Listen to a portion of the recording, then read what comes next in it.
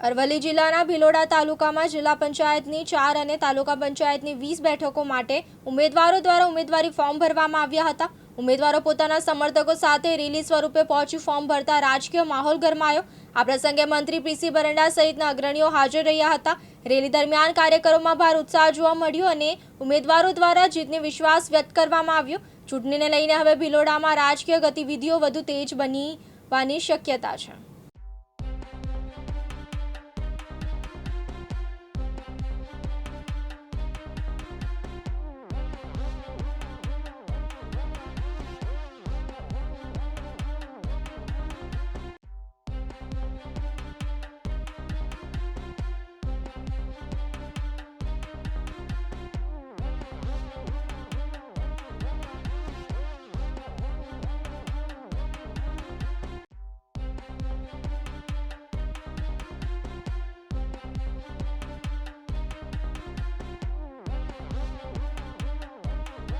રુદુલ પ્રજાપતિ, દિવ્યાંગ ન્યૂઝ, અરવલ્લી।